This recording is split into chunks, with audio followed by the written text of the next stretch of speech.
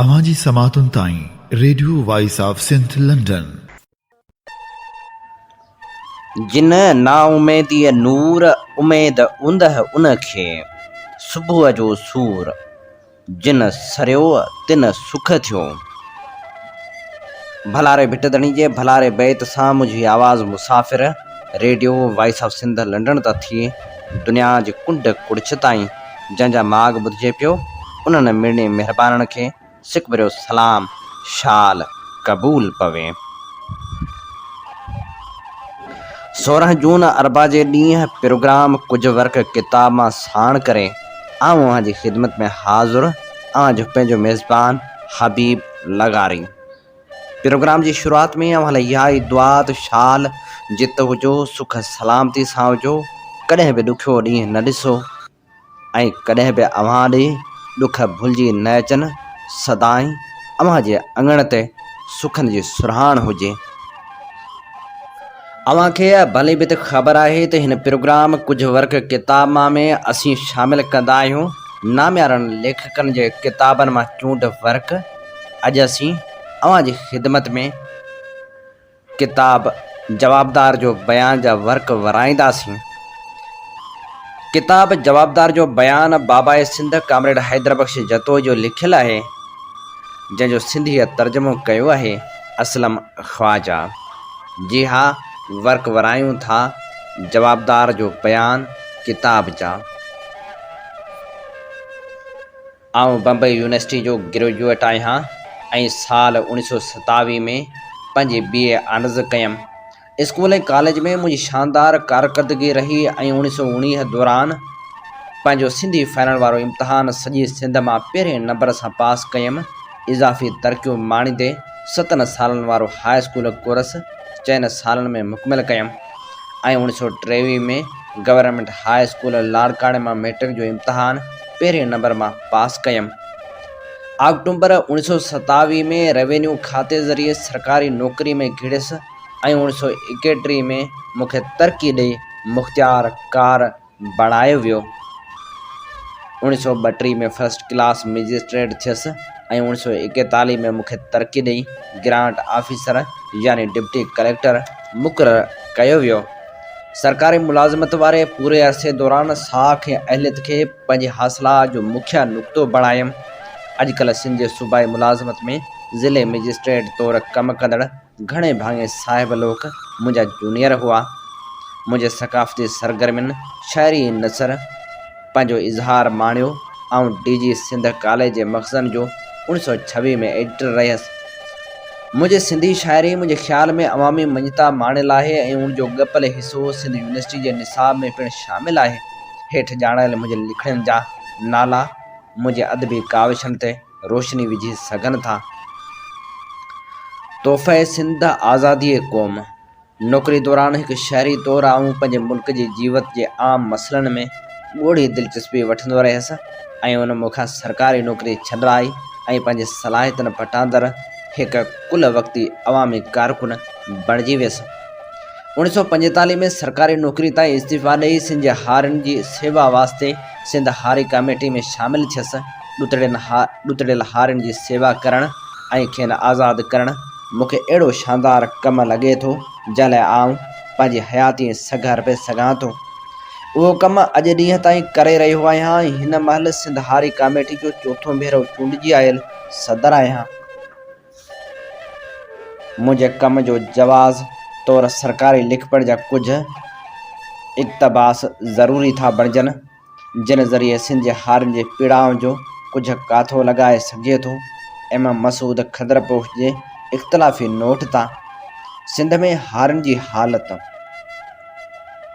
हू इंसान आहिनि ऐं उन रीति साह वारा पिणु, जेतोणीकि खेनि पालतू जानवरनि जहिड़ो बणायो वियो आहे ऐं खेनि इंसान तौरु हासिल हक़नि खां महरूम रखियो वियो आहे। उहे आहिनि सिंध जा हारी, जेके उन जे आबादी जो वॾो हिसो था बणिजनि, जेके ज़मीन था खेड़ियनि ऐं सिंध खे पाकिस्तान जी सावक जो मोतबर लक़ब था ॾियनि। मुंहिंजा भाग भला हुआ जो आउं 8 सालनि ताईं बम्बई प्रेसिडेंसी ऐं सिंध में असिस्टेंट कलेक्टर तौरु मुख़्तलिफ़ ज़िलनि में ग़रीब माण्हुनि सां लाॻापियल रहियो आहियां। जॾहिं सिंध आयुसि त सिंध जे हारनि जी हालत ॾिसी तंग रहिजी वियुसि ऐं मूंखे कंहिं दौर में हिंदुस्तान जे असलूकनि रहवासियुनि भीलनि जी हालत यादि अची वई, जिते बहितरी वास्ते सालनि जा साल कमु कंदो रहियो आहियां।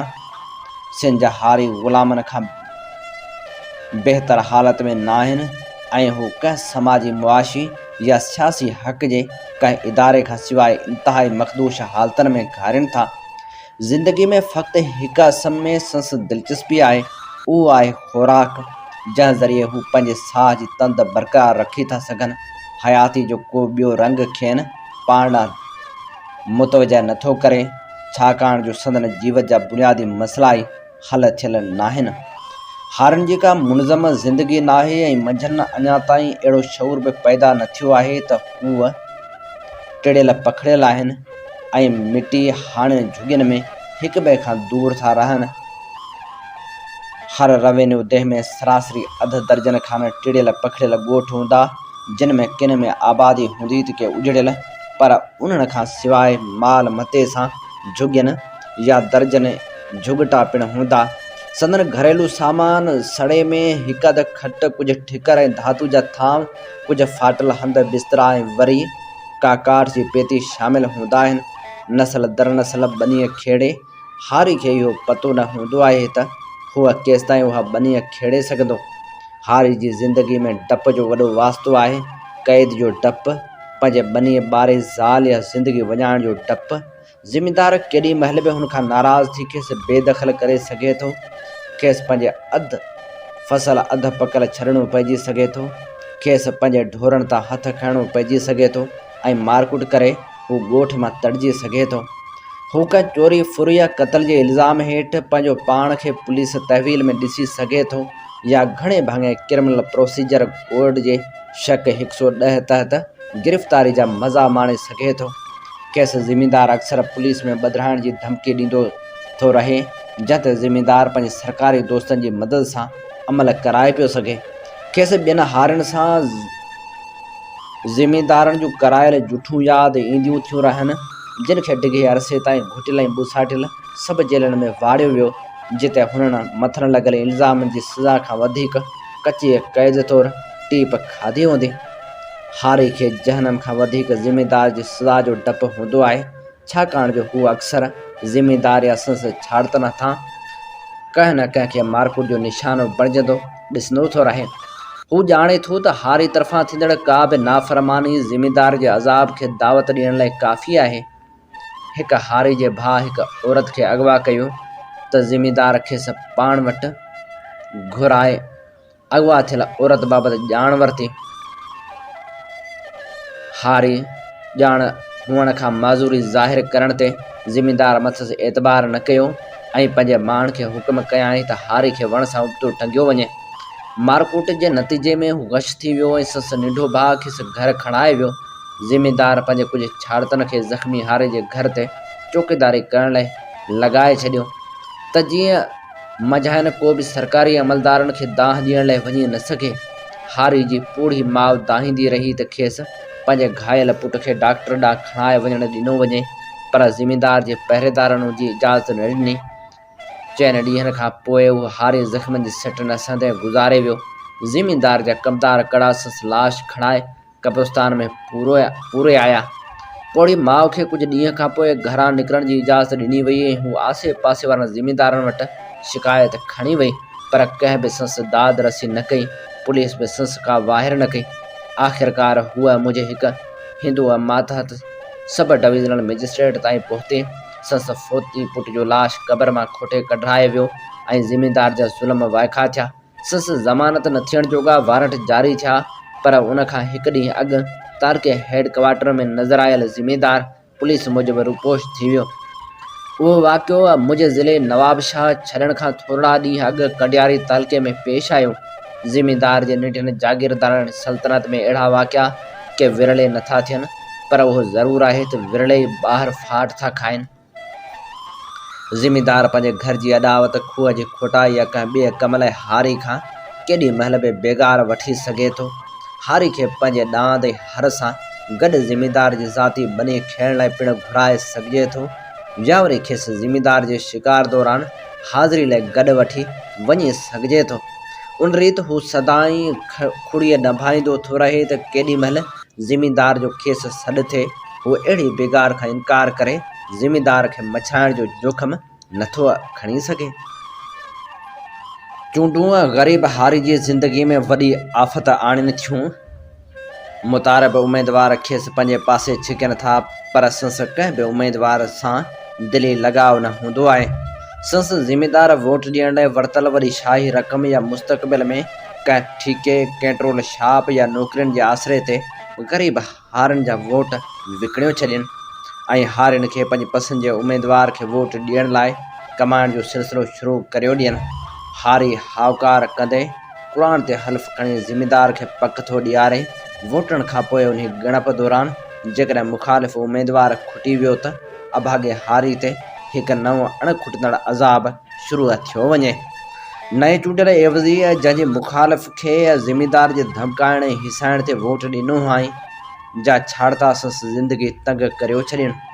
इलाइक़े जे कंट्रोल छाप्स ते असेंबली मेंबर जी सीधी सही या अणसिधे कंट्रोल सबबि मिसकिन हारी पंहिंजे खाते जी खंड या कपिड़ो लटो हासिल करण खां बि महरूम थियो वञे।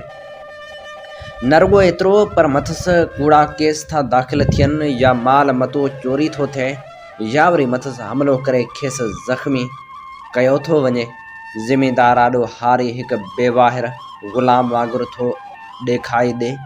कंहिं ज़िमेदार जा पेर छूंदड़ हारी ॾिसण लाइ का घणी महिनत नथी करणी पवे। ज़िमेदार जे बणिण ते अचण महिल हारी पंहिंजे ॿारहें बचे निवड़ी संस पेर थो छुए ऐं पोइ संस हथ थो चुमे। उहो कुझु हूअ तहज़ीब विचां या रूहानी लॻाव या संस कंहिं ॿी वसफ़ करे न, पर खेसि उहो बावर कराइण लाइ थो करे। हूअ हिकु अहिड़ो जीव आहे जेको संस आॾो झुकी खांसि पंहिंजी ज़िंदगी जो जयदान थो घुरे। मूं अहिड़ो को हारी नाहे ॾिठो जेको ज़िमेदार आॾो सीस ताणे बीहंदो हुजे ऐं खेसि तहज़ीब सां सलाम कंदो हुजे। इंसान पाण जहिड़े इंसान सां कहिड़ी न वेधण कई आहे। उन जे उन खां वॾे हाञे भरी उपटार साम्हूं नथी अची सघे जेतिरी हारिन ऐं संस ॿारनि जे ज़िमेदार जा पेर छुअण ज़रिए साम्हूं थी अचे। पीर ऐं मौलवी जेके ज़िमेदारनि जे यार आहिनि से हारियुनि खे भाग जो दर्स था ॾियनि त हूअ उन करे कमतर आहिनि जो खुदाई खेनि अहिड़ो बणायो आहे। नसल हर नसल दर नसल ॾाढ ॾमर हेठि घारींदड़ हारियुनि हाणे इहो सम्झणु शुरू कयो आहे त उहो ई संदन भाग आहे जेको खुदा संदन नसीब में लिखियो आहे ऐं उन करे माठ मीठ में उनखे क़बूलणु घुरिजे। उन करे हूअ पंहिंजे हाञनि सां ठहिकी अचण जी कोशिशि करे पंहिंजी ज़ात ऐं पंहिंजे कुटुंब लाइ फ़क़्ति जेरे रहण जे ते समर ते इक्तफ़ा थो करे। संस ज़बरदस्ती वारो गैर हक़ीक़ी ठहकाव ईअं ई आहे जीअं को क़ैदी ॾिघे अरसे ताईं क़ैद में रहण खां पोइ उन क़ैद खाने सां ठहिकी ईंदो आहे। ॾाढ खां आजको मिलण ते ऐं जहाल ज़रिए खांसि खसिजी वियल इज़हार जी सघ वापसि मिलण ते हारी पंहिंजे अज़ाबनि ऐं अभागनि जो हिकु अणखुट दास्तान ॿुधाए सघे थो। सदियुनि ते पखिड़ियल उन ॾाढ ॾमर खेसि इंतिहाई कमतरी वारे अहसास में मुब्तला करे छॾियो आहे ऐं हू इंतिहाई हेठिएं दर्जे वारनि सरकारी अमलदारनि जहिड़ो कि कोटारनि पटे वारनि सिपाहियुनि ऐं तपेदारनि आॾो बि ॿधल बानो थो बणिजी बीही रहे ऐं हू संदन आला अमलदारनि खे कंहिं शिकायत खां बेडपाई संदन तोहीन कंदे संस तज़लील कंदा था रहनि। हाणे अचो त ज़िमेदारनि ते नज़र विझूं। हू पंहिंजी नंढड़ी जागीर में जागीरदार आहे ऐं नौकरनि जो धण भला घोड़ा ढगियूं ऐं मेहूं थो रखे। वॾे तइदाद में हथियारनि जो धणी आहे। हर साल शिकार ते हज़ारे रुपया ख़र्च करे। हूअ निमाव जो शौक़ीन आहे ऐं महांगियूं गाॾियूं रखण जो दीवानो आहे ऐं अयाशी जे शयुनि ते अणमियो ख़र्च थो करे। हूअ बोदोबाश जे अवाली तस्वर मूजिबि थो ज़िंदगी घारे। खुराक ऐं कपिड़े लटे जिन्सी अगरायनि ऐं ज़ेवरनि ते वॾियूं रक़मूं ख़र्च करण सां संस मामूल आहे। उन्हनि ते पंहिंजे जिस्म ऐं दिमाग़ खे खपाईंदो थो रहे। खेसि औरतुनि जो शौक़ु थिए थो ऐं अक्सर वॾियूं रक़मूं ख़र्च करे हिके वक़्तु ॿ टे ज़ालूं थो रखे। उनखां सवाइ संस सरेतूं धार थियूं थियनि जिन मां हिकु अधु अक्सर का मुहाणी या का संस हारियाणी हूंदी आहे। जिन्स जी बेजा इस्तेमाल सबब खेसि अक्सर जिन्सी सघ वधाईंदड़ फ़क़ियुनि जी ज़रूरत पवे थी, जेके हकीम या वेज था तयारु कनि। खेसि नाच गानो बि पसंदि आहे, सो अक्सर उन कुमाइश जूं औरतूं घुराईंदो थो रहे, जेके आम तौर ते संस्था पारां वॾनि अमलदारनि खे ख़ुशि करणु, ॿार ॼमण, तुहर या पुट जे विहांउ महिल, या वरी आसे पासे जेका ज़िमीदार खे दहमान करण वास्ते थींदो आहे। हूअ चुकी जो बि शौक़ीन आहे ऐं रोज़ानो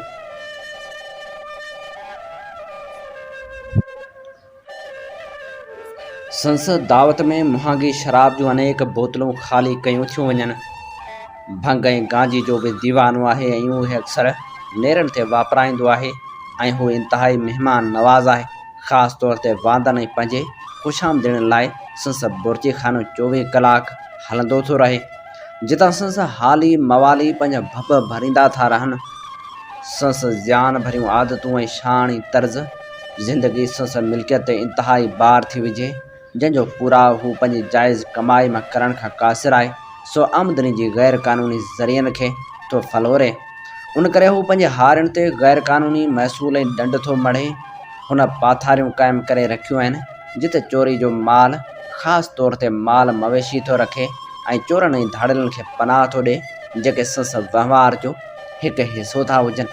पाथारीदारनि जी पुश्त पनाही अक्सर ज़िमीदारी था कनि, जेके न रुॻो वॾियुनि जागीरनि जा मालिक आहिनि, पर हुकूमत खां एज़ाज़ पिणु माणियल आहिनि। जॾहिं त ख़ुदि पाथारीदार खे पिणु अक्सर मुआशिरे में इज़त ऐं एतिराम हासिलु थिए थो।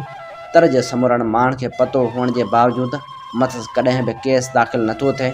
उन जे उबतड़ बि रुॻो पंहिंजे ज़िमीदार, पर अक्सर पुलिस खां पिणु तहफ़ुज़ थो माणे। बदनाम ज़िमीदारनि खे जेल में वाड़ींदड़ी उन ज़िले में ॾोहनि, ख़ासि तौर ते माल जी चोरी जे वाक़िअनि में इंतिहाई लात थी अचे। मुंहिंजे पेशरू डेवस साहिब ऐं मुंहिंजे जानशीन आगा शाही उन तरीक़े खे कामयाबी सां इस्तेमालु कयो, जंहिंजो एतिराफ़ अक्सरियती कमेटी रिपोर्ट पिणु कयो आहे। ओसे पासे जे ज़िमीदारनि सां संस वेर हलंदा था रहनि, जेके पिणु पंहिंजी ताक़त जो मुज़ाहिरो था कंदा रहनि। उन करे खेसि पंहिंजी ताक़त जो मुसलसिल मुज़ाहिरो कंदे पंहिंजे मुख़ालिफ़ ज़िमीदारनि ऐं राय ते दोहमान कंदो थो रहणो पवे, जेका संस कमज़ोरी हुअण जी भुणक पवण ते संस दाॿे मां निकिरी सघे थी। उन करे खेसि पंहिंजे ज़ुल्म ऐं ज़बरदस्ती जा कारनामा हर पासे पखिड़णा था पवनि। उन जो हिकु ख़ासि तरीक़ो चोरनि ऐं धाड़िलनि जा टोला पालणु आहे, जिन ज़रिए हू पंहिंजे वेरनि जे दिलनि में पंहिंजी दहशत पखेड़े सघे थो। जेतिरा वधीक चोर, धाड़िल ऐं ॾफेड़ संस कंट्रोल में हूंदा, ओतिरो ई मुख़ालिफ़ खांइसि छिरकंदा। जॾहिं बि खेसि पंहिंजी ताक़त जो मुज़ाहिरो करणो हूंदो आहे त हू चोरनि जो टोलो उमाणे माल चुराईंदो आहे या धाड़िल उमाणे हथियारनि सां हमिलो कराईंदो आहे। अक्सर मुख़ालिफ़ धुर जी का जवान जमाण सुहिणी औरत खे अगवा कयो वेंदो आहे ऐं अहिड़नि वाक़िअनि में अक्सर लोड़ींदो वरी बि मुख़ालिफ़ धुर जो को हारी ई आहे। डप डाव ऐं दहशत जे माहौल पैदा करण जो हिकु ॿियो तरीक़ो पंहिंजे बाएतमाद पुलिस अमलदार, ख़ासि तौर ते मक़ामी थाणे जो इंचार्ज सब इंस्पेक्टर लॻाइणु आहे। हू खेसि मुहागियूं सुखड़ियूं, खाद खुराक, शराब ऐं पुरतकलीफ़ दावतूं ॾेई, या पंहिंजे मोटर कार, टांगो या घोड़ो संस हवाले करे, या संस जिन्सी बुख उझाइण जो बंदोबस्तु करे संस एतमाद हासिल थो करे। हू पंहिंजी पाथारी ते ईंदड़ चोरी जे माल मां पिणु खेसि हिसो थो ॾिए। पुलिस सब इंस्पेक्टर मोट में संस चोरनि ऐं धाड़िलनि जे कहिड़ी कारवायुनि ते अखियूं ॿूटे खेसि क़ानूनी गिरफ़्त खां महफ़ूज़ थो रखे। ज़िमीदार पुलिस सब इंस्पेक्टर जी पंहिंजे आला अमलदारनि सां का उणबणत जी सूरत में पिणु संस लाइ भॼ डुक थो करे। अहिड़ी इम्कानी सूरतहाल खे आॾो रखंदे हू इलाइक़े जे DSP ऐं SSP सां पिणु तालुकात ॻंढे थो ऐं खेनि बि मुहागियूं सुखड़ियूं पाखड़ियूं रिश्वतूं आछे पंहिंजी राह हमवार करे। जॾहिं बि आला पुलिस अमलदारनि सां ॻुथियो आहे त पंहिंजे वाक़ुफ़ अमलदार जी अहलियत ऐं ईमानदारी जा गुण थो ॻाए, ऐं जेकॾहिं तर्जो अमलदार साणस नथो ठहे त उनजे बिल्कुलु उबतड़ ॻाल्हाइण संस छेवो थो थिए। साॻी रीति रेवेन्यू, पब्लिक वर्क्स ऐं ॿिनि वास्तेदार खातनि जे अमलदारनि खे पिणु रिश्वतूं ॾेई पंहिंजे पासे करे पंहिंजे गैर क़ानूनी सरगर्मियुनि जी ख़ातिरी थो करे। ओसे पासे ॾाढ ॾमर ऐं दहशत पखेड़ण ऐं पंहिंजे साथारी अमलदारनि खे घुर्बल पुठ भराए ॾियारण वास्ते हू कंहिं न कंहिं वज़ीर सां बि ॻंढिजी थो पवे ऐं मथसि दावतनि जा दरवाज़ा थो खोले छॾे। हू हर अमलदार आॾो हाम हणंदो वतंदो आहे त हू जंहिंखे चाहे बदिली कराए तरक़ी या तनज़ली ॾियारे सघे थो। हू अक्सर वज़ीर सां पंहिंजे तालुका जो ज़िक्र में वधाउ पिणु कंदो रहे थो ऐं वज़ीर तरफ़ां मथसि भाण ऐं एतबार करण जा किस्सा ॿुधाईंदो आहे ऐं हर कंहिं ते अहिड़ो तासिर क़ाइमु कंदो आहे त हूअ वज़ीर जो इंतिहाई वेझो ऐं बाएतमाद शख़्स आहे ऐं कंहिं बि आला या ज़बरदस्त अमलदार खे हाञो रसाए सघे थो। उन ते इंतिज़ामिया खे पंहिंजे मुठ में थो रखे, अमलदारनि खे बदउनवान थो बणाए ऐं खाइनि पंहिंजे लाइ गैर क़ानूनी कम थो कराए या पंहिंजे करतूतनि ते ढक थो रखाए। हारी ऐं ज़िमीदार इंसान ज़ाज ॿिनि इंतिहा जी नुमाइंदगी था कनि, हिकु महरूमी ऐं अभाग जे गहराइनि में थो रहे त ॿियो वरी अयाशी ऐं सहूलियतनि जे इम्तिहान ते हारनि जी घटि में घटि आबादी 20 लख खन आहे, जॾहिं त 500 खां वधीक एकड़नि जे ज़िमीदारनि जो ॻाणेटो 7000 खन आहे। ज़िमीदारनि जे नंढड़े तइदाद जी अयाशी भरी ज़िंदगी सिंध जी आबादी जे हिकु वॾे हिसे यानी हारनि जी ज़िंदगी खे अज़ाब बणाए छॾियो आहे, संदन जीअण जंजाल करे छॾियो आहे। हारी खे इंतिहाई हेठिएं दर्जे ते इन करे धिकियो वियो आहे जो पंहिंजे वजूद लाइ हूअ जंहिं ज़मीन ते भाड़े थो उन ते ज़िमीदार जो मुकमिल कंट्रोल हुजे थो। जितां हूअ केॾी महिल बि बेदख़ल थी सघे थो, हू उन बेदख़ली खां इन करे बि घबराए थो जो उन सां न रुॻो संस गुज़र सफ़र बंदि थो थिए, पर हूअ पंहिंजे अबाणे कखनि मिटण माइटण ऐं दोस्तनि यारनि खां बि तड़िजी थो वञे। हूअ पंहिंजी ज़मीन ऐं ॻोठ सां इंतिहाई प्यार थो करे ऐं इंतिहाई ज़ालमाणे ऐं ॾमर वारनि हालतनि खां सवाइ कॾहिं बि उन्हनि खे छॾण जो सोचे बि नथो सघे। जॾहिं ज़िमीदार जा ज़ुल्म कमदार जूं ॾाढायूं ऐं कामोरनि कुड़नि तरफ़ां गैर क़ानूनी क़दम संदन जीअण जंजाल था कनि, वटि अबाणा कख छॾण ऐं कंहिं बहितर वर्ताव लाइ कंहिं रहमदिल ज़िमीदार खे ॻोल्हण खां सवाइ को चारो नथो रहे। हारियुनि में पंहिंजी मर्ज़ी सां ॿनी ॿारे था हथ खणण जा वाक़िया विरले थी था थियनि। बेदख़ली जो मंझसि अहिड़ो डपु वासिल हूंदो आहे जो हिकु ज़िमीदार जी गैर मौजूदगी में बि संस ख़िलाफ़ बुड़क बि न ॿोलींदो आहे। जॾहिं हिकु हारी खे हारी कामेटी ॾो ज़ुबानी बयान ॾियण लाइ घुरायो वियो त हू पंहिंजे ज़िमीदार बाबति बुड़क बि ॿोले न सघियो। तमामु घणनि ख़ातिरियुनि खां पोइ हुन उन ॾिस में एकड़ ॿेकड़ ॻाल्हियूं सलियूं त सही, पर आख़िर में एतिरो ज़रूरु चयाईं त जेकॾहिं ज़िमीदार खे ख़बर पई त सभु कुझु मूं ॿुधायो आहे त हू मूंखे बेदख़ल करे छॾींदो। हारियुनि जो केस वधीक चिटी रीत लेबर डे इटली जे हारियुनि तरफ़ां संस लॾ पलाण जी जोखिम ख़िलाफ़ चिताव वारे हिकु वज़ारती ऐलान जे जवाब में साम्हूं थो अचे। हेठि उन जो हिकु हवालो पेश करियां थो। क़ौम मां अव्हां जो मतिलबु छा आहे वज़ीर साहिब? छा उहो अज़ाबनि जो वधणु आहे त पोइ असीं यकीनन क़ौम आहियूं। इंतिहाई पोरे ऐं गैर मुनासिब ख़ुराक सबबि असांजी रौनक ऐं कोमायल चेहरनि बेसत जिस्मनि ॾांहुं निहार। असीं कणिक पोखियूं ऐं लुणूं था, पर असांखे कॾहिं बि साफ़ अटे जी मानी नसीब न थी आहे। असीं अंगूर पोखियूं था, पर उन जो शराब असांजे भाॻनि में न आहे। असीं बीमारियुनि में पलजूं था, सियारनि में पारो था बणिजूं ऐं गर्मियुनि में लिकूं था। झलमियूं अतालवी धरती ते असांजी वाहिद ख़ुराक जौ आहिनि। सेब गाटे टोड़ ख़ुश्क इलाइक़नि में सिज जा उलण विघे बीमार था थियूं त पाणी वारनि इलाइक़नि में धबड़ियूं थियूं असांखे नाचाक कनि। असांजो अंत इस्पताल या पंहिंजे झूर घरनि में बेवक़्ताइतो मौत आहे। ऐं उन समूरे जे बावजूदि वज़ीर साहिब तूं असांखे सलाह थो ॾीं त असीं लॾ पलाण न करियूं, पर छा जेका धरती इंतिहाई पोरे खां पोइ बि पेट भरण जेतिरी मानी बि न ॾेई सघे तंहिंखे देस चई सघिजे थो। को बि अक़लमंद ऐं अणधुरियो सञावंद उहो ई नतीजो अख़ज़ कंदो त हाणोको ज़िमीदारी सिरिश्तो कंहिं बि मुल्क लाइ सभ खां वॾी लानत आहे, जेको कंहिं बि रीति आज़ादी सां मेल नथो खाए, जेको उन किर्त मां सभ खां वॾी दिलकशी खसियो वञे। जेको गुरबत ॾोह ऐं मुफ़लसी खे थो जनम ॾिए ऐं सभीता ऐं क़ौमी ख़ुशहाली जे समूरियुनि तरक़ियुनि ते रुकावटूं थो विझे, सॼे मुल्क में ज़िमेदारी सरिश्ते जे ख़ात्मे वारी घुर आहे ऐं निढे खंड जे अक्सर सूबनि में उनजे ख़ात्मे ॾांहुं सफ़र शुरू थियल नज़र थो अचे। हीअ चूंड वर्क असां अव्हांजी ख़िदमत में पेश कया किताब जवाबदार जो बयान मां। हीअ किताब नाम्यारे लेखक ऐं नाम्यारे हारी अॻवान बाबाए सिंध कामरेड हैदरबख्श जतोई जो लिखियल आहे।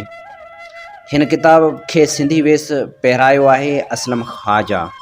अव्हां ॿुधी रहिया आहियो प्रोग्राम कुझु वर्क किताब मां। आउं जो मेज़बान आहियां हबीब लगारी।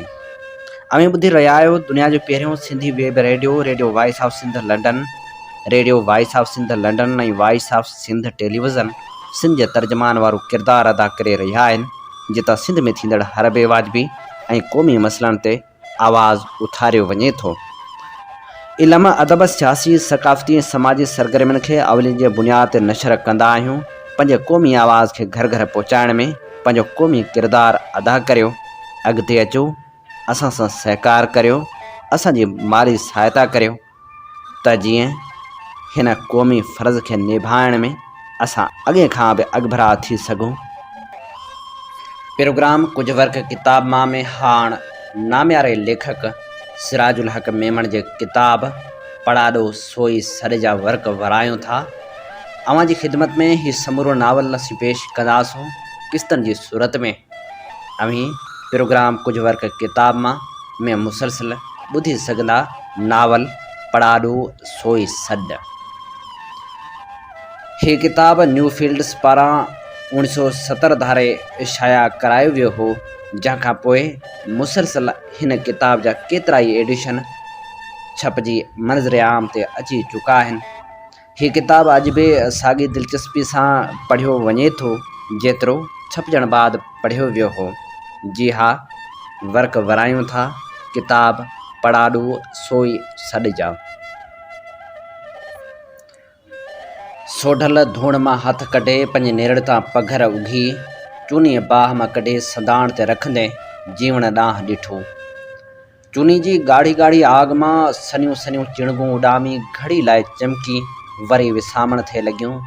जीवण सोढल जे अखियुनि ॾांहुं ॾिसी ईअं भायो ॼण हुनजे अखियुनि में उन्हनि चिणगनि खां बि को वॾो मच मची रहियो हो। हूअ उन्हीअ मच खां डिॼी वियो ऐं हुन तकिड़ो तकिड़ो हथनि जे कुॿ में थक छंडींदे मुतरके में हथु विधो। मुतरको मथे खणी हुंगार करे चूनी ते धक हयाईं। तॾहिं हुनखे पक थी त लोह अञा पूरो नरम न थियो हो या हुनजी पंहिंजी देर जे करे हिकदमि ठरंदो थिए वियो। मुतरके जे धक सां चूनी जी फार वधीक फैलिजी वई, पर संस चुंब कुझु आड़ी थी वई। हुन मुतरके जा ॿ टे धक हयां त सोढल बसि करण जो इशारो कयसि। हुन मुतरको खणी पासे ते रखियो ऐं साही खणण लाइ काठ जी संदली ते वेही रहियो।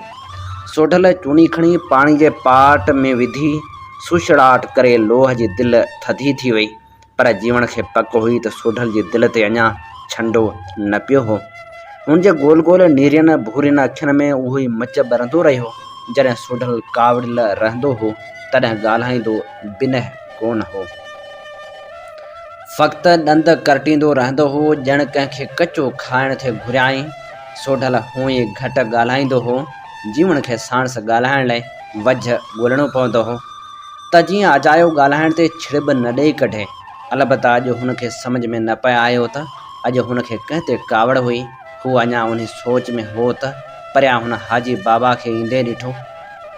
हाजी बाबा हिकु थुल्हीअ तस्बीह जा दाणा सोरींदो हेॾां होॾां ॾिसंदो भांडे अंदरि घिड़ी आयो। सोढल जे अखियुनि जो मच वधीक जरकण लॻो ऐं हुन हाजी बाबा जे सलाम जे जवाबु ॾियण बिना चयो, कीअं अचणु थियो आहे? ॿुढड़ो हाजी बाबा सुवाल जे जवाबु ॾियण बदिरां तस्बीह वधीक तकड़ी तकड़ी सोरणु लॻो। जीवण खे वरी भो थियणु लॻो त सोढो कावड़ मां कुझु करे न वेहे। छा बि हो, हाजी बाबा तुरखाननि जो माण्हू हो ऐं सोढल जी नज़र तुरखाननि ते पई ॼण रत ते नज़र पियसि। हाजी बाबा आराम सां संदली ते वेंदे आहिस्ते चयो, अमीर ख़ान सॾायो अथई। छो बाबा, मूंखे कहिड़ी ख़बर हूंदुसि को कमकार। आउं वांदो कोन आहियां। सोढल ॾाहो थी अमीर ख़ान सां होॾ चङी न आहे। हाजी बाबा तक़रीबन अखियूं पोरींदे चयो। तस्बी जा ताणा तकड़ा तकड़ा अॻिते सुरंदा थी विया। सोढल को जवाब न ॾिनो ऐं हथ वधाए वरी धौण हलाए बाह दुखाइण लॻो। हाजी बाबा का घड़ी हुनखे घूरींदो रहियो ऐं पोइ अखियूं बंदि कंदे चयाईं, तोसां के ख़ासि ॻाल्हियूं करणियूं अथसि? ऐं चयो अथसि त पुराणी यारी जो नंग विझजांसि। मुंहिंजे कंहिंसां यारी कान्हे। सोढल धौण ज़ोर ज़ोर सां धोईंदे जवाबु ॾिनो। सस अखियुनि जो मच घड़ी लाइ झको थी वियो हो। सो ॼण वरी धौण जे ज़ोर ते नए सिर धिगण लॻो। मूंखे चवण त न घुरिजे, पर भायां थो त भाणे बाबति तोसां ॻाल्हाइणो अथसि। हाजी बाबा अहिड़ी तरह चयो ॼण हू को राज़ ज़ाहिर करे वेठो हो। सोढल सोच में पइजी वियो। हुन कुते जो मुंहं में कहिड़ो कमु थो थी सघे ऐं भाण बाबति छा ॻाल्हाइणो हूंदुसि? वरी पुराणियूं दुश्मनियूं जाॻाइणियूं अथसि छा, या वरी का नई बाह दुखाइणी आहे? हू ॻिच वक़्तु सोचींदो रहियो ऐं पोइ हरे हरे चयाईं, चङो तूं हल, आउं साझी धारे ईंदुसि। हाजी बाबा तस्बी सोरींदो उथियो ऐं हिकु नज़र धौण ते ऐं ॿी नज़र सोढल ते विझंदे ॿाहिरि हलियो वियो। जीवण खे हमेशह हुन तुरखान हाजी ते चिड़ ईंदी हुई। हू जॾहिं बि ईंदो हो सोढल खे कावड़ाए वेंदो हो। ॻाल्हाईंदो ईअं हो ॼण खेसि दुनिया जहान जी का ख़बर कान हुई, पर उहा बि दुनिया जहान खे ख़बर हुई त तुरखान अमीरनि जे जासूसनि ऐं ख़ाबरनि मां हाजी बाबा जी पहुच ख़ुदि मिर्ज़ा बाक़ी ताईं हुई। हुन अञा हाजी बाबति पे सोचियो त सोढे जो आवाज़ ॿुधाई, जीवण घोड़ा संभराए। जीवण घोड़े संभराइण लाइ निकितो त सोढल बि कर मोड़े उथी बीठो। कदावर मुड़ुसु ज़रे घटि मथो छत सां थे लॻसि। मोकिरो मोकिरो मुंहुं जंहिंजे निरड़ जे घुंजन में अहिड़े क़िस्म जी ॾिया हुई ॼण दाइमी तरह कंहिं ते नाराज़ हो। घाटा गहरा कारा भिरूं, भूरियूं नेरियूं अखियूं, चहचकारा शहपर, खाॾी थोरे अॻिते निकितल ॻुतियल कसरती बदन, चीते जहिड़ी सनी चेल। हुनखे ॾिसण सां ई हेबत वठियो थे वई। अमीर ख़ान बाबति सोचींदे हुनजे निर जा घुंज वधीक घाटा थी विया। हुनखे उहे ॾींहं यादि आया जॾहिं झिरकर जी मठ अॻियां पहिरियों भेरो अमीर ख़ान सां मिलियो हो। मिर्ज़ा ईसा ख़ान तुरखान जो ज़मानो हो। फ़र्गिन ठठे खे लुटे तहस नहस करे छॾियो हो ऐं हलंदे हलंदे शहर जे चइनी तरफ़नि खां बाहियूं ॾियण लॻा हुआ। मौक़े जो फ़ाइदो वठी केतिरा तुरखान ऐं अरगून सरदार बि फुरलुट में लॻी विया हुआ। सोढो पंहिंजे साथियुनि सां मींहं वाह करियो ठठे ॾांहुं पिए आयो त रस्ते ते अमीर ख़ान तुरखान जो हिकु दस्ते सां झिरकर खां ईंदे नज़र आयनि। सोढल हिकु टुकड़ी जी ओट वठी बीही रहियो। पंहिंजे साथियुनि खे ॿूड़नि में लिकी बीहण जो इशारो करे पाण दग झले बीही रहियो। तुरखान सॼी वाट दज़ उॾाईंदा वेझा पवंदा थी विया। जॾहिं तुरखान जो सूंहों सोढल अॻियां थे लंघियो त सोढल झटि ॾेई घोड़े जी लॻाम खे अहिड़ी सट ॾिनी जो घोड़े जा अॻियां पेर ॼण मुरियुनि खां निकिरी विया ऐं घोड़ो अॻिते झुकी बाज़ूली पाए उबतो थी धक खां हणकार करण लॻो। सवार घोड़े तां ऊंधे मुंहुं अची सोढल जे पेरनि में पियो। सोढे हकल कयसि, केर मुड़ुस आहीं? सूंहों पाण संभाले उथी बीठो, पर पंहिंजे अॻियां परबत जहिड़ो मुड़ुसु ॾिसी हांव खाजी वियुसि। तुरखान आहियां? अमीर ख़ान जो सूंहों। किथां पिया अचो? परियां घोड़नि जे सुंभनि जो टाकोड़ मिटी ऐं दज़ खे चेरींदो वेझो पवंदो वियो। सूंहें जी हिमत बि मोटी आई ऐं दड़के मां चयाईं, तूं केरु आहीं? ईअं रस्ते रोक करण वारो, मूं तोखां पुछो त किथां पिया अचो? सोढे जी आवाज़ में रुक जहिड़ी सख़्ती अची वई। सूंहों वरी हिसिजी वियो। फ़रंगी ठठे में घिड़ी पिया आहिनि, ओॾांहुं था वञो। घणा मुड़ुस आहियो? 100 खन थींदा। सूंहें जे जवाबु ॾियण वक़्तु अमीर ख़ान बि पंहिंजे जथे सां अची पहुतो। सूंहें जे घोड़े खे पट ते किरियल ऐं ख़ुदि सूंहें खे दुधड़ में उटियल ऐं हिसियल ॾिसी अमीर ख़ान तरार कढी अॻिते वधी आयो। केरु आहीं तूं? सोढे को जवाबु कोन ॾिनो। हुन गभरू जवान खे ॾिसंदो रहियो। पहिरीं नज़र मां सम्झी वियो त हीउ तुरखान ॿियनि अरगुननि ऐं तुरखाननि खां जुदा तबियत जो थो ॾिसिजे। अलाए छो हुनखे हिकदमि खांइसि नफ़रत छो न थी। संस उतावलो जोश ॾिसी हुनखे मिठियान लॻण बदिरां ॼण इत्मीनान थियण लॻो त तुरखाननि में बि त को माण्हू आहे जंहिंमें दगा दोलाब बदिरां कुझु सिधी सही हिमत जो जुज़ू आहे। सोढो मुंहिंजो नालो आहे, लहर को कमु कंदो आहियां। तो असांजे सूंहें खे छो झलियो आहे ऐं हुनजे घोड़े खे छो धकियो अथई। तैमूर ख़ान गिरफ़्तार करे हिनखे। उन नई जवानी जे जोश ते सोढल खे खिल अचण लॻी, पर खिल हुनजे मज़हब में ई न हुई। हू हुन अतावले कंधारी खे अजीब दिलचस्पी सां ॾिसंदो रहियो। तुरखान मां हिकिड़ो सरदार घोड़ी खे अड़ी हणी विचें सिफ़ मां निकिरी सोढल ॾांहुं वधी आयो। संस हथ में उघाड़ी तरार हुई ऐं ॿिए हथ सां हनी मां रसो खोलण लॻो। हुनजो ध्यानु रसे खोलण में हो त हिकु तीर सुसाट कंदो संस रसे वारी बाह में खुपी वियो। हुन खां रड़ निकिरी वई। तरार हेठि उछलाए हुन उहो हथ खणी पंहिंजे बाहनि में विधो। अमीर ख़ान जूं वायूं वलड़ियूं थी वियूं। ख़ुदि सोढल खे पंहिंजे हमराहनि ते कावड़ अचण लॻी। हुनजे इशारे खां सवाइ हुननि वार छो कयो। हुन पाण अॻिते वधी छिक ॾेई तीर तैमूर ख़ान जी बाह मां कढे वरितो ऐं हनी ते पियल खीसे मां हिकु डिघी लींग फाड़े मज़बूती सां संस बाह ॿधी छॾी त जीअं रत बंदि थी वञे। तकड़ कम शैतान जो आहे अमीर ख़ान, ईअं चई हुन अमीर ख़ान ते हिकु नज़र विझंदे पंहिंजे घोड़े ॾांहुं विख खईं। अमीर ख़ान जे अखियुनि मां जिनसी बाह निकिरण लॻी। सोढल जे बुत बदन खे ॾिसी हू दिलि ई दिलि में हमेशह लाइ हुनखे पंहिंजो दुश्मन ठहिराए वरितो। हुनजा ॿ माण्हू संस अखियुनि अॻियां पाण धकायो वेठा हुआ।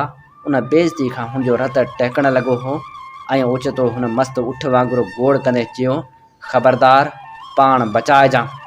ईअं चवंदे हुन तरार जो वार सिधो सोढल जे मथे ते वारियो।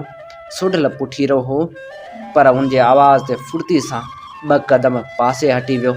जेकॾहिं हटण में हू पल बि देरि करे हा त तरार संस जिस्म खे 2 हथनि में विरहाए छॾे हा। अमीर ख़ान घोड़े खे वराए वरी ॿियो वार कयो। संस साथियुनि जा हथ बि तरारनि जी मुठियुनि में फबंदा विया। हुननि खे अमीर ख़ान जी सुराही में यकीन हो। हुनजी तरार जो वार को बि बचाए न सघंदो हो, पर सोढल उहो वार बि बचाए वियो ऐं जीअं ई अमीर ख़ान वरी घोड़े खे वरायो तीअं सोढल टिपरे खणी अमीर ख़ान जी कमरबंद में हथ विधा ऐं खेसि हिकु बालक जियां घोड़े तां मथे खणी वठी उछल ॾिनाई। अॻियां बीठल सवारनि मां हिकिड़े जे मथां अमीर ख़ान ईअं किरियो जीअं हमाल गुणियूं सथींदा आहिनि। उन सवार जे घोड़े उन ओचिती आफ़त खे पाण ॾांहुं ईंदे ॾिसी टही 2 पेर अॻियां खणी ज़ोर ज़रे घटि सवार जो कंध भॻो हो। अमीर ख़ान जो नरो खुली कुल्हे में सूधो अची घोड़े जे पोयनि सुंभन में पियो। हूअ पंहिंजी ज़िंदगी में एतिरो बेइज़्ज़त न थियो हो। सोढल लाइ दुश्मनी हुनजे दिलि में वण वांगुरु पाड़ूं हणी वई। हुनखे किरंदो ॾिसी हिके वक़्तु 100 तरारियूं म्याण मां निकिरी झलका ॾियण लॻियूं। अमीर ख़ान पंहिंजी पीड़ा खे पंहिंजे हमराहनि खां लिकाईंदे बिना कुंझण कुरकण जे उथी पंहिंजे कमरबंद सिधो करे ॿधण लॻो ऐं सोढल खे पंहिंजे घोड़े ॾांहुं ईंदो ॾिसी हुन पंहिंजे हमराहनि खे हल्को इशारो ॾिनो। सोढल जी कुमीत घोड़े पंहिंजे मालिक खे ख़तरो ॾिसी करे 2 क़दम अॻियां वधी आई। सोढल घोड़े जे अखियुनि मां ख़तरो महसूसु करे संस बशकनि ते हथ घुमाईंदे पोयां निहारियो। 100 तलवारूं हुनजे सिरले आतियूं हुयूं ऐं गोल दाइरे में हुन ॾांहुं वधी रहियूं हुयूं। सोढल ॾाढियां चयो, अमीर ख़ान हरू भरू मौत खे छो था सॾु करियो। मुंहिंजे हथ जे इशारे ते मुंहिंजा हमराह बखड़नि वांगुरु अव्हां ते वाहुड़ करे वरी ईंदा ऐं अव्हां मां कंहिंजो संद सां कोन मिलंदो। अमीर ख़ान जी संस हमराह हुते ई ॼमी विया। अमीर ख़ान जॾहिं पंहिंजी तरार म्याण में विधी तॾहिं 100 तरारूं हिके छणके सां पंहिंजे म्याणनि में हलियूं वियो। तुरखाननि खे सोढल जा साथी ओचितो यादि अची विया, ॼण खेनि पंहिंजो मौत यादि अची वियो हो। किन खे त उन विसविसे ते ॾकणी विझी छॾी त जेकॾहिं सोढल ते हमिलो थिए हा त संदन कहिड़ो हशर थिए हा। अमीर ख़ान कुलो ॿधी मथे ते रखंदे सोढल ॾांहुं वधियो। हुनजे अखियुनि में नफ़रत माठी थी वई हुई ऐं सियासत हुनजी जाइ वालारण लॻी।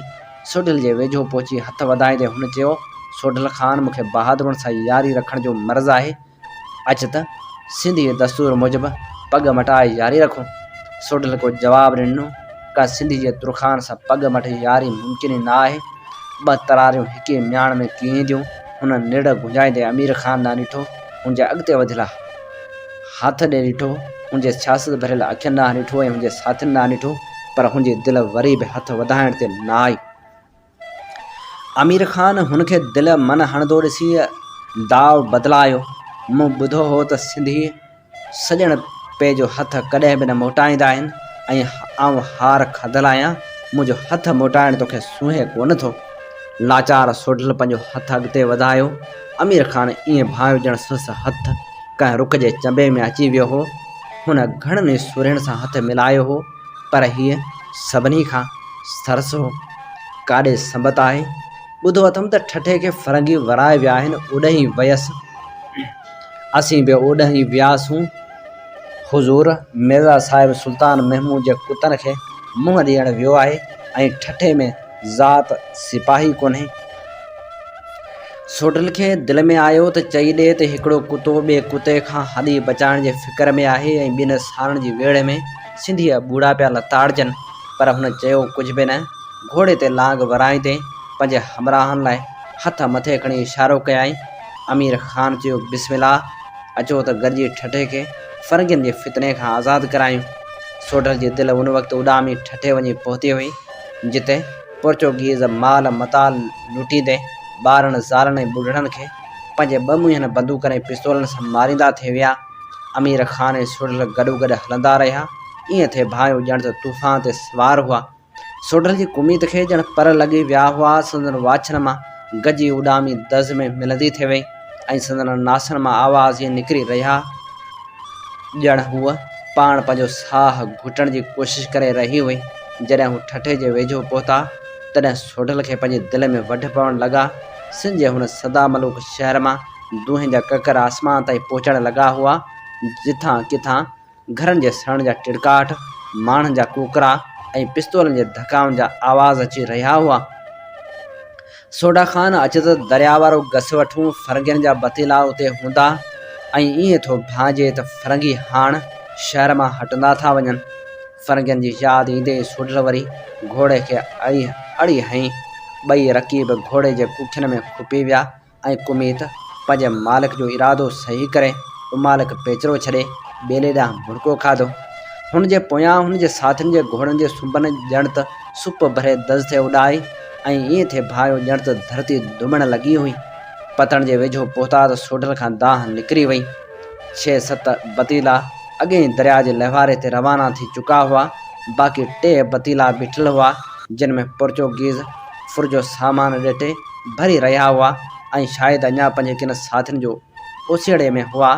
सोढल रण करे चयो, मतां छॾियो अथो हराम खोरनि खे। हुनजो जुमिलो अञा पूरो ई मस थियो त टीहारो खन तीर हिकिड़े बतेले में सामान लॾींदड़ पोर्चुगीज़नि जे पुठियुनि में खुपी विया। राड़ो राड़ मची वई। तीरनि जे जवाब में पोर्चुगीज़नि पंहिंजा बारूदी पिस्तौल संभालिया। ओचितो सोढल पोर्चुगीज़नि जे हिक अबोह खे पिस्तौल छोड़ींदे पतड़ ॾांहुं ईंदो ॾिसी हुन अमीर ख़ान खे हकल कई।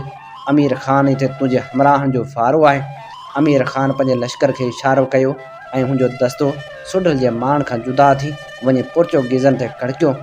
सोढल खे अलाए कहिड़ो ख़्यालु आयो। हुन कमीत खे हल्को इशारो कयो ऐं घोड़े पतण जे भर में धिकी वटि अची बीही रही। सोढल कटारो वात में झले घोड़े तां दरिया में टिपी पियो। संदसि साथियुनि मुसलसल फिरी घिरी बतेलनि में तीरनि जो मींहं वसाईंदा रहिया। पोर्चुगीज़नि जा पिस्तौल हुननि ताईं कोन थे रसिया, पर उनजे धकाउनि ते संदन घोड़ा टहिकण लॻा हुआ। सोढल खे पाणी में घिड़ंदो ॾिसी उन्हनि मां बि के घोड़ा छॾे पाणी में लही पिया। सोढल सभिनी खां वेझे बतीले जे भर में पहुची पाणी मथे खयो, पर बतीला एतिरा ऊचा हुआ जो हुननि में हथ विझण जी जाइ कान हुई। फ़क़्ति हिकिड़ो हंधु अहिड़ो हो जितां बतीले में चढ़ी थे सघियो ऐं उहा जाइ हुई बतीले जे मुहड़ जा धिके सां ॿधल। धिके जे मुंहं ते पोर्चुगीज़नि जो पहिरो अञा मौजूदु हो। फायरनि ऐं तीरनि जी आवाज़नि हुननि खे हेकारी ख़बरदार करे छॾियो हो, पर सोढल न मुड़ियो ऐं बतेले खे फिरी आयो। जॾहिं मुहड़ वटि पहुतो तॾहिं घड़ी लाइ वरी पाणी में हलियो वियो। पोइ वझ ॾिसी हिकु पासे खां मुंहुं कढियाईं। उते हिकु फरंगी बतेले जे खुलियल तख़्ते ते ज़ंजीर खे टेक ॾियो बीठो। सोढल आहिस्ते आहिस्ते हिकिड़ो हथु तख़्ते में फॿाए पंहिंजो जिस्म कोए पाण मथे खणी वरितो। संस ॿियो हथु फरंगी जे टंग में फॿी वियो। पोर्चुगीज़ खे ईअं महसूसु थियो ॼण धरती फाटी पई ऐं हू उन में किरंदो थिए वियो। हिकु वॾी रड़ करे ॿई ॿाहूं मथे करे वञी दरिया में फहिको कयाईं। पंहिंजे साथी जी रड़ ॿुधी के पोर्चुगीज़ बतेले मां हेठि निहारण लॻा। सोढल तख़्ती जे हेठियां लंघी ॿिए पासे फिरी आयो। ॿई हथ तख़्ती में विझी पाण मथे खणी उथी बीही रहियो। हुन अञा पाण संभालियो मस्तु हिकिड़े पोर्चुगीज़ पिस्तौल खणी छाती ते रखियसि। ऐं गॾोगॾु ज़ोर ज़ोर सां पंहिंजी ॿोली में कुझु चवणु लॻो। फ़रंगी ते पाणी में भिनल हिन देव जहिड़े मुड़ुस जी हैबत छा जी वई हुई ऐं पिस्तौल हूंदे बि मुंहिंजा ॿई हथ ॾकी रहिया हुआ ऐं सालो मी साल बि चवंदो रहियो। सोढल कुझु सोचण बिना पिस्तौल वारी बाहि में हथु विझी थोरो पासीरे थी पुठी खां वराए खेसि धिको ॾिनो। पोर्चुगीज़ जे वात मां अखर चिचरजी निकिता। मियादियो मुंहिंजे किरण सां धिकी तां विच वारे तख़्ते ताईं बतीले मां पिस्तौलनि जा फाजड़ शुरू थी विया। सोढल ख़तरो महसूस करे वात मां कटारो कढे कमर बंद में हणी छॾियो ऐं हेठि निमी बतेले में पेर रखिया ऐं बतेले में अंदरि थींदे हुन धिके ऐं बतेले खे ॻंढण वारी सनी ज़ंजीर खे छिकियो। पर संघर चङी मज़बूत हुई। सोढल वरी ॿीहर ज़ोर लॻायो ऐं ज़ोर लॻाईंदे मुंहिंजे जिस्म जो समूरियूं रॻियूं तणिजी ख़ुदि रुक जूं ज़ंजीरूं बणिजी वियूं। ओचितो ज़ंजीर ॿिन्ही पासनि खां टुटी पई ऐं सोढल आथर जी पोयां किरी पियो। वाल खन संघर जो टुकर हुनजे हथ में अची वियो। ज़ंजीर हुनजे हथ में छा आई ॼण मौत जो फ़रिश्तो हुनजे हथ में खेॾणु लॻो हो। जेको फिरंगी हुनखे नज़र आयो थे उनजे मुंहं ते संघरनि जो अहिड़ो गुर्ज़ ईअं थे कड़कियो ॼण मथस खेवण किरी हुजे। ॼण सिरण लामारो ॾेई चंबो हणी वरी मथे उॾामण थे शुरू कयो। फ़र्गियुनि में टाकोड़ो पइजी वियो ऐं हुननि लुटियल सामान जे पोयां लिकणु शुरू कयो। हुनखे पंहिंजा हथियार विसरी विया। संघर खे फेराईंदे सोढल बतेले जी विच में पिंजरे मां निकितल शींहं वांगुरु ॻोइणु लॻो। उते हुन ॾहाको खन ज़ालनि किन छोकिरनि खे रसनि में ॿधल ॾिठो। हू सम्झी वियो त उन्हनि ज़ालनि छोकिरनि खे फ़रंगी लुट जे माल सां गॾु बानण तौरु खयों थे विया। उन्हनि मां 13-14 वरनि जो हिकु निगर सोढल खे अकेलो हेतिरनि फ़रंगियुनि सां विढ़ंदो ॾिसी कंहिं अजीब जज़्बे खां उथी बीही रहियो। संसा ॿाहनि पोयां रसनि सां ॿधल हुयूं। सोढल वधी वटि आयो। ओॾी महिल हिकु पोर्चुगीज़ हिकु ॻूण जे पुठियां लिकी हिकु डिघो चाकू सोढल ॾांहुं उछलायो। छोकिरे खां रड़ निकिरी वई। भाऊ संभाल। सोढो रड़ ॿुधी हेठि झुकी वियो ऐं चाकू ज़ूं कंदो हिकिड़े सड़ह में वञी खुतो।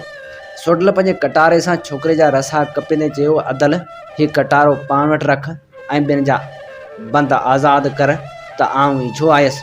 छोकिरो सभिनी जा रसा वढण खे लॻी वियो ऐं सोढल टिप ॾींदो फ़रंगी ताईं पहुतो ऐं खेसि ॻिची खां झले ॿिली जी बलूंगड़ी वांगुरु मथे खणी वठी उछल ॾिनाई। फ़रंगी जो मथो हिकिड़ी सड़ जे कां में अहिड़ो ज़ोर सां लॻो जो हुनजे आवाज़ ते सभिनी जो ध्यानु ओॾे खजी वियो। फ़रंगीअ दांह बि कान कई ऐं वढियल बुंड ॼां उते ई थधो थी वियो। सोढल सामान जी हिकिड़ी सथी खां ॿी सथी ताईं फिरंदो फ़रंगियुनि खे संघर सां कुटींदो रहियो। फ़रंगी हाणे डब खां बतीलो छॾे दरिया में टिपंदा विया। सोढल बतीलो ख़ाली ॾिसी वरी कैदियुनि ॾांहुं मोटी आयो। हुन जुआनड़े तेसीं सभिनी जा बंद कटे आज़ादु करे छॾियो हो। हुननि मां 2 टे ज़ाइफ़ाऊं ढकियल बि हुयूं। सोढल छोकिरनि खां पुछो, अदल केरु मुड़ुसु आहीं? समो आहियां, बने जो वेठल आहियां, ठठे नानाणा घुमण आयो हुअसि। ओचितो ही राकास शहर में घिड़ी पिया। शहर में जेके तुर्खान सिपाही हुआ से या त शहर छॾे भॼी विया, के वरी अहिड़नि पाड़नि खे लूटण लॻी विया जिते अञा फ़रंगी न पहुता हुआ। फ़रंगी असल घरनि में घिड़ी पिया। किन मुंहुं ॾिनो किन न ॾिनो। मदरसनि जा जुआन घटियुनि में फ़रंगियुनि सां चोटूं खाइण लॻा। पर हिन फ़रंगियुनि वटि अलाए कहिड़ा हथियार हुआ जिन मां बाहि जा उलाप निकिता ऐं परे खां थे मार कयाऊं। जॾहिं मदरसनि जा शागिर्द खेनि सोढ़ा पवण लॻा त वठी घरनि खे बाहियूं ॾियणु शुरू कयाऊं। बसि क़यामत हुई अदा। फुरण लुटण खां पोइ वरी बाहूं खाइणु शुरू कयाऊं। मुंहिंजी भेण खे ओइझा हीअ वेठी आहे खयाऊं थिए त हिन वेचारी बि बुंडी खणी हिकु ॿिनि जा हॾ गुॾ भञी विधा। मूंखे बि हिकिड़ो सोटो हथ अची वियो पर हिन राकासनि सां केरु पुॼे। अदी सां गॾु मूंखे बि खणी ॿधाऊं।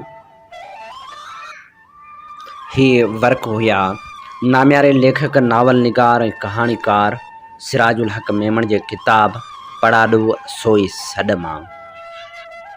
पढ़ाॾो सोई सॾ नावल किश्तवार अव्हां जी ख़िदमत में प्रोग्राम कुझु वर्क किताब मां में शामिल कयो वेंदो। इन ते प्रोग्राम जो वक़्तु पंहिंजे पुॼाणी ते पहुचे थो। पंहिंजे मेज़बान हबीब लगारी खे इन साॻी दुआ सां इजाज़त ॾींदा। वसे भिट तुंहिंजी भरा सदा, सदा देस परदेस सारा वसन। कॾहिं सींद सिंजी न मेरी थे, कॾहिं मोड़ कंहिंजा न मुरझाइजनि। सिंध मुंहिंजी अमां मथा छा लिखी छा लिखां छा लिखी छा लिखां ओ सिंध मुंहिंजी अम्मा दुनिया जा सिंधियो हिक मुठ थी सिंध बचायो। सिंध मुंहिंजी अम्मा सूंह तुंहिंजी मथा छा लिखी छा लिखां सिंध जो क़ौमी आवाज़ radio voice of Sindh London.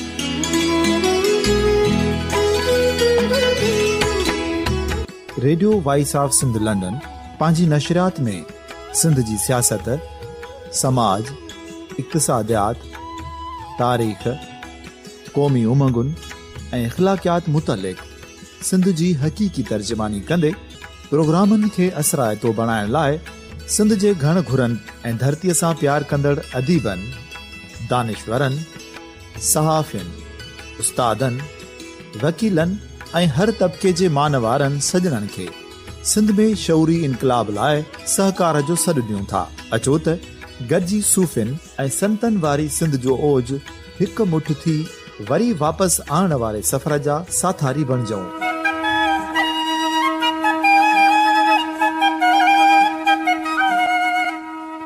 हिक नए सुबुह जी शुरूआत जो पड़ाॾो घर घर, ॻोठ ॻोठ ऐं शहर शहर ताईं पहुचायो।